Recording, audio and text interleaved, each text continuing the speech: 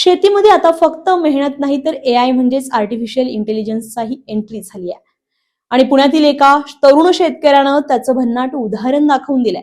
देवेंद्र फडणवीस यांची पुणे विमानतळावर भाजपा पुणे जिल्हा उपाध्यक्ष राहुल शेवाळे यांनी भेट घेतली आणि त्यांना भेट दिलाय एआय तंत्रज्ञानावर आधारित पद्धतीने पिकवलेला देवगड हापूस आंबा.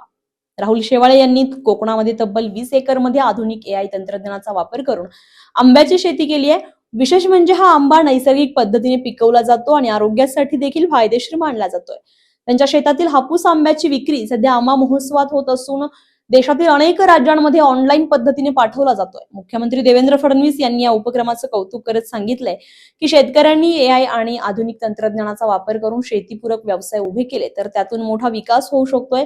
यावेळी पुण्याचे पोलीस आयुक्त अमितेश कुमार यांनाही राहुल शेवाळे यांनी आंब्याची पेटी भेट दिली आहे. यावेळी सिद्धार्थ शेवाळे, सार्थक शेवाळे उपस्थित होते. कमी खर्चात चांगलं उत्पादन आणि आधुनिक तंत्रज्ञानाची जोड यामुळे आता एआय शेती भविष्यातील नवी क्रांती ठरू शकते. नवनवीन घडामोडी पाहण्यासाठी स्टार महाराष्ट्र न्यूजला सबस्क्राईब करा आणि ताज्या बातम्यांचे अपडेट मिळवण्यासाठी बेल आयकॉनला प्रेस करा.